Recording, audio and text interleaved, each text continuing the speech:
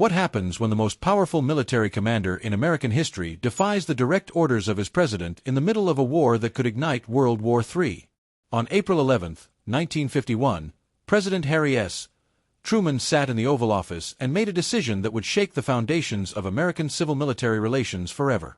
He picked up his pen and relieved General Douglas MacArthur of his command in Korea, ending the career of a five-star general who had become more popular than Truman himself, a man who had accepted Japan's surrender just 6 years earlier, a warrior who believed he alone understood how to defeat communism in Asia. The tension between these two men had been building for months, a powder keg of ego, strategy, and constitutional principle that was about to explode across newspaper headlines worldwide. MacArthur wanted to expand the war into China, to use nuclear weapons if necessary, to pursue total victory regardless of the cost. Truman wanted containment, limited war, and above all, to prevent a third global catastrophe. But this wasn't just a disagreement about military strategy. This was a fundamental clash over who controls America's military, over whether a general can publicly challenge his commander-in-chief, over the very soul of American democracy. The line Truman drew wasn't on a map of Korea. It was a line that defined civilian control of the military, a principle so sacred that Truman was willing to destroy his own political future to defend it. And MacArthur, he was never meant to cross it. If this story grabs you, then subscribe to this channel right now because we bring you the untold moments that shaped our world. Hit that like button to help others discover this incredible piece of history. Share this video with anyone who needs to understand how leadership and principle collide in the most dramatic ways, and drop a comment telling us what surprised you most about this confrontation between two American giants. The story begins not in 1951, but in the ashes of World War II, when Douglas MacArthur stood on the deck of the USS Missouri in Tokyo Bay on September 2, 1945, accepting Japan's unconditional surrender. MacArthur had become a living legend, the supreme commander of Allied forces in the Pacific, the man who had promised to return to the Philippines and kept that promise, liberating the islands from Japanese occupation in October 1944. 5 years after the war, he ruled Japan as a virtual American emperor, overseeing the occupation, rewriting the Japanese constitution, transforming a feudal military state into a democracy with a zeal that bordered on messianic. His headquarters in the Daiichi Life Insurance Building in Tokyo became a seat of power that rivaled Washington itself. He held press conferences where he spoke of destiny and divine purpose, wearing his signature sunglasses and corncob pipe, carefully cultivating an image of martial brilliance mixed with theatrical flair. Back in the United States, Republicans whispered his name as a potential presidential candidate, someone who could challenge Truman in 1948 or 1952. Meanwhile, Harry Truman, the former haberdasher from Missouri who had never expected to be president, found himself in the White House after Franklin Roosevelt's death on April 12, 1945. Truman was plain-spoken, unpretentious, a man who kept a sign on his desk that read, "The buck stops here," and he took that responsibility with deadly seriousness. He had made the decision to drop atomic bombs on Hiroshima on August 6, 1945, and Nagasaki on August 9, 1945, ending the war but haunting his conscience forever. Truman understood power and its terrible weight in ways that MacArthur, for all his brilliance, never quite grasped. The president saw the general as necessary but dangerous, a tool of war who needed careful handling. Then came June 25, 1950, when North Korean forces, armed and encouraged by Stalin's Soviet Union and Mao Zedong's newly communist China, poured across the 38th parallel into South Korea with 135,000 troops and Russian-made tanks. The invasion shocked the world and caught the South Korean and American forces completely unprepared. Within days, Seoul fell, and the South Korean army was in chaotic retreat.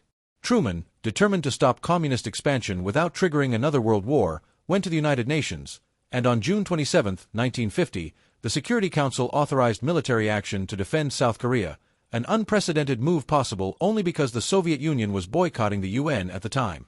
Truman needed a commander, and despite his reservations, there was only one obvious choice for Supreme Commander of UN forces in Korea. On July 8, 1950, MacArthur received his appointment, and he approached the Korean War with the same absolute confidence that had marked his entire career. He flew to Korea, surveyed the desperate situation, and immediately began planning not just defense but a counteroffensive so audacious that his own staff thought he had lost his mind.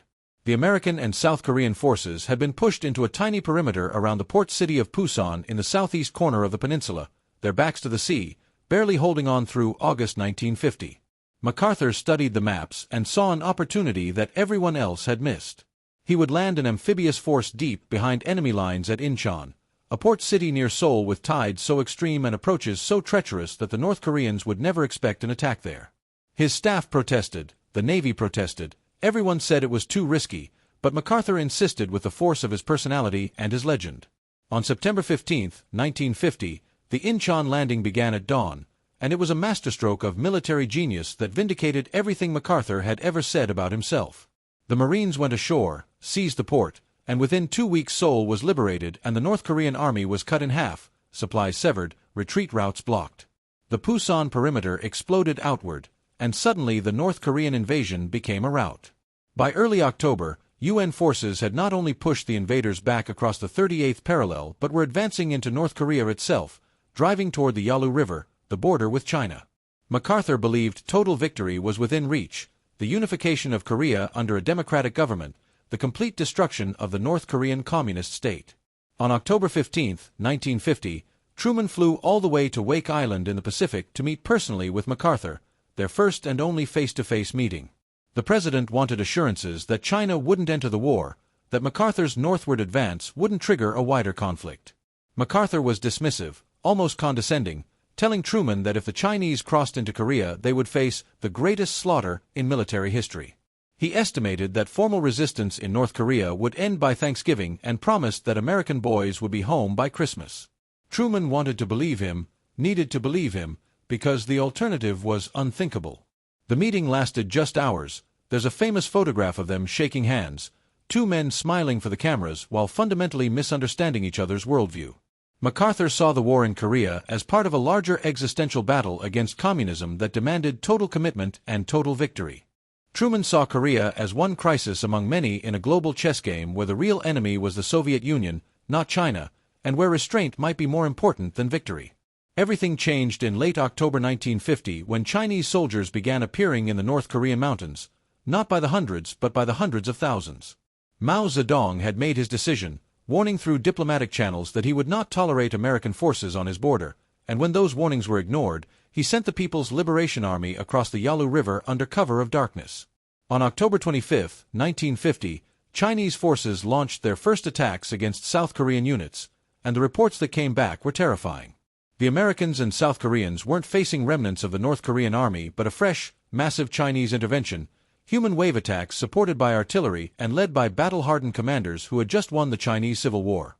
MacArthur was stunned. His intelligence had failed him completely, his certainty shattered by a reality he hadn't predicted. By late November, the Chinese had 300,000 troops in Korea, and they unleashed a massive offensive that sent UN forces into the longest retreat in American military history. The fighting around the Chosin Reservoir from November 27 to December 13, 1950, became legendary for its brutality, with U.S. Marines surrounded by Chinese divisions in temperatures that dropped to 35 degrees below zero, fighting their way out in what they called a retreat hell, though they insisted they were advancing in a different direction. The Thanksgiving promise was broken, the Christmas promise was shattered, and suddenly the Korean War had become a nightmare. Seoul fell to the Chinese on January 4, 1951, and MacArthur was forced to admit that he faced an entirely new war, but his response to this crisis would set him on a collision course with his president. MacArthur began demanding that Truman remove all restrictions on his ability to fight China, insisting that he be allowed to bomb Chinese bases in Manchuria, to blockade the Chinese coast, to use nationalist Chinese troops from Taiwan in a second front against the mainland, and most terrifyingly, to employ atomic bombs against Chinese cities and military concentrations. He wrote letters to congressmen, gave interviews to journalists, and made public statements that directly contradicted the administration's policy of limiting the war to Korea. On December 6, 1950, Truman issued a directive requiring all military commanders to clear their public statements with Washington, a gag order aimed directly at MacArthur. But MacArthur ignored it, or worse, found ways around it that technically complied while violating its spirit. Truman and his advisors, including Secretary of State Dean Acheson, Secretary of Defense George Marshall, and the Joint Chiefs of Staff, were terrified that MacArthur's proposals would bring the Soviet Union into the war, turning Korea into the opening battle of World War III. Stalin had signed a mutual defense treaty with Mao, and the Soviets had nuclear weapons now, ending America's atomic monopoly. The world was far more dangerous than it had been in 1945. General Omar Bradley, chairman of the Joint Chiefs, would later testify that MacArthur's strategy would lead to the wrong war, at the wrong place, at the wrong time, and with the wrong enemy, a quote that would echo through history. Through January and February 1951, UN forces under the tactical command of General Matthew Ridgway, who had taken direct field command, stabilized the front lines, retook Seoul again on March 14, 1951, and pushed the Chinese back toward the 38th parallel. Truman began exploring options for a negotiated settlement, a return to the status quo, an armistice that would end the fighting without requiring total victory or total defeat. MacArthur saw this as betrayal, as appeasement, as a failure of will that would hand victory to communism. On March 20, 1951, the Joint Chiefs of Staff informed MacArthur that Truman was preparing to announce a diplomatic initiative to seek peace negotiations, and they ordered him to make no public statements that might undermine this effort. MacArthur's response was an act of insubordination so brazen that it left Truman speechless with fury. On March 24, 1951, MacArthur issued his own statement, a press release that threatened China with expansion of the war, that mocked Chinese military ability, that offered to personally meet with enemy commanders to discuss their surrender, and that made any diplomatic initiative by the president impossible. MacArthur had deliberately sabotaged his commander-in-chief's peace effort, had usurped the president's constitutional authority to conduct foreign policy, had acted as though he, not Truman, was the ultimate authority in American government. Truman was livid, writing in his diary that MacArthur had left him no choice, that the general's rank insubordination could not stand. But the president hesitated, knowing the political firestorm that would erupt if he fired the most famous general in America. Then came the final straw, a letter that MacArthur had written on March 20, 1951, to Republican Congressman Joseph Martin, the House Minority Leader, a political opponent of Truman's. In the letter, MacArthur criticized the administration's limited war strategy, endorsed using nationalist Chinese forces against the mainland, and concluded with the phrase, "There is no substitute for victory," a direct repudiation of Truman's policy. Martin read the letter on the floor of the House of Representatives on April 5, 1951, making MacArthur's dissent public and official. Now you're exactly halfway through this incredible story, and if you're as captivated as we are by this monumental clash between presidential authority and military ambition, then do us a favor and subscribe to this channel because we dig deep into the moments that define history. Smash that like button to tell the algorithm that real history matters. Share this video with a friend, a family member, or a colleague who loves military history or leadership stories, and leave us a comment right now about which side you think was right, Truman or MacArthur, or tell us what detail in this story you had never heard before because your engagement helps us bring you more content like this. Truman convened his top advisors on April 6, 1951, in the cabinet room of the White House, and the discussion was somber and decisive. Marshall, himself a five-star general and the architect of victory in World War II, told Truman that MacArthur should have been fired 2 years earlier.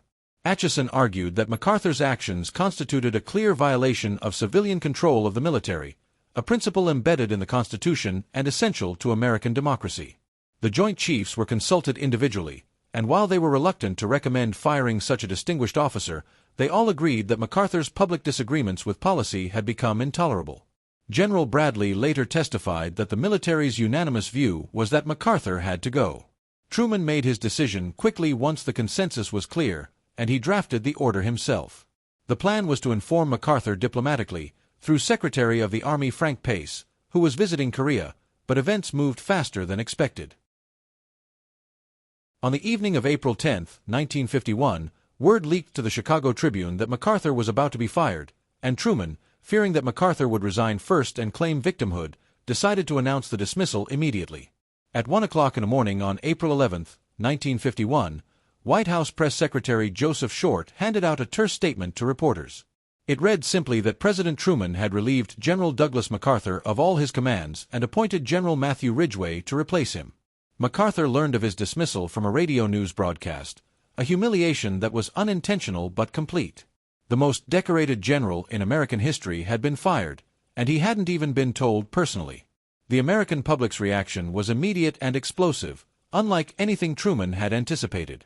Telegrams flooded the White House, running 20-1 against Truman's decision, calling the president a traitor, demanding his impeachment, accusing him of appeasing communism.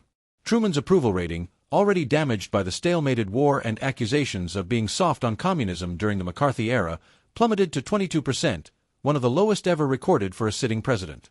Republican senators called for Truman's impeachment, with Senator Joseph McCarthy declaring that the president had made the decision while drunk on bourbon and Benedictine, a smear that was both false and widely believed. Senator Robert Taft said the firing was evidence of Truman's incompetence and called for congressional investigations. State legislatures across the country passed resolutions condemning Truman, and in some cities, the president was burned in effigy. MacArthur, meanwhile, became a martyr and a hero, the general who had been betrayed by politicians who lacked the will to win.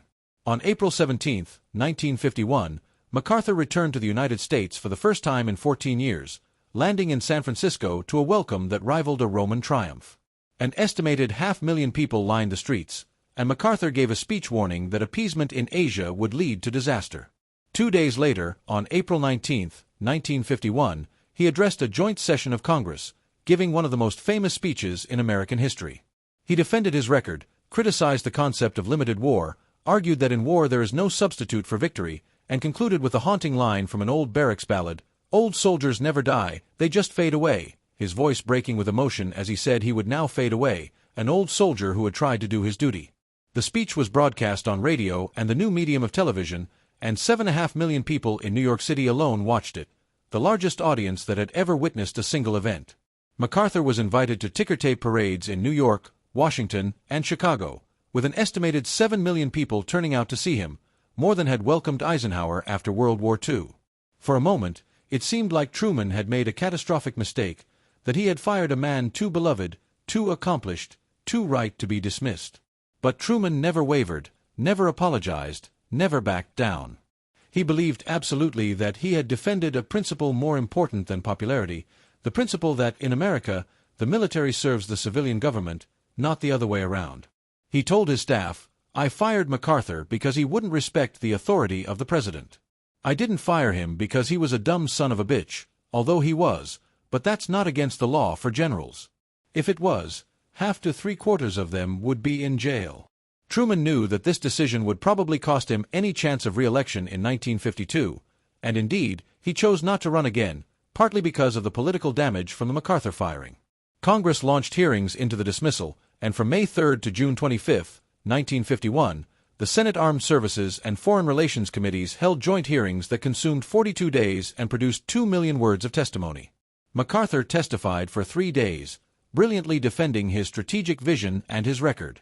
But then the administration's witnesses took the stand, and the tide began to turn.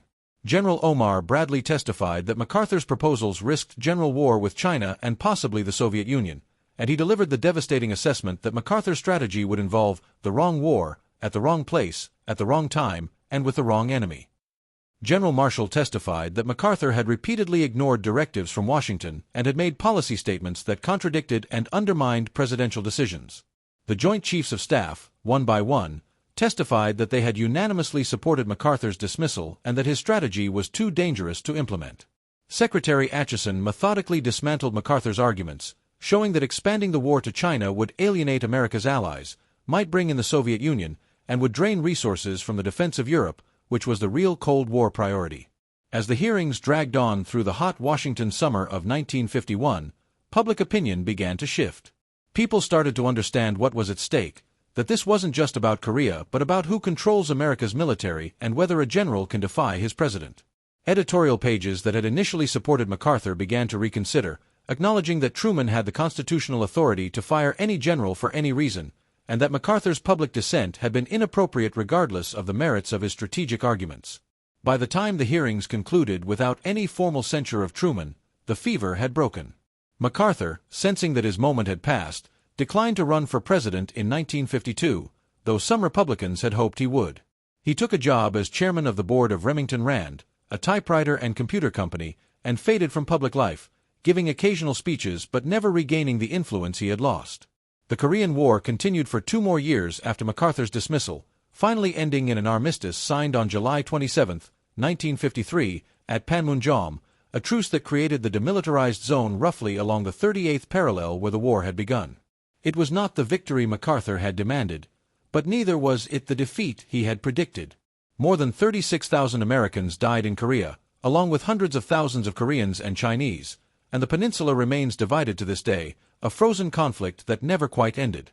Truman left office in January 1953 with abysmal approval ratings, one of the most unpopular presidents in history, and he returned to his home in Independence, Missouri, largely unappreciated and sometimes mocked.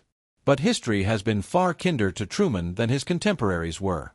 Historians now rank him among the great presidents, a man of courage who made difficult decisions, ended World War II, contained Soviet expansion through the Marshall Plan and NATO, desegregated the military, and above all, defended the Constitution against a general who had become too powerful. The line Truman drew on April 11, 1951, was a line that every president since has relied upon, the line that ensures that in America civilians control the military, that generals execute policy rather than make it, that no officer, no matter how brilliant or popular, is above the law or the Constitution. MacArthur was a genuine military genius, and his Incheon landing will be studied in war colleges for centuries, but he was never meant to cross the line between military advice and political authority, between executing orders and setting policy, between serving the nation and serving his own vision of destiny.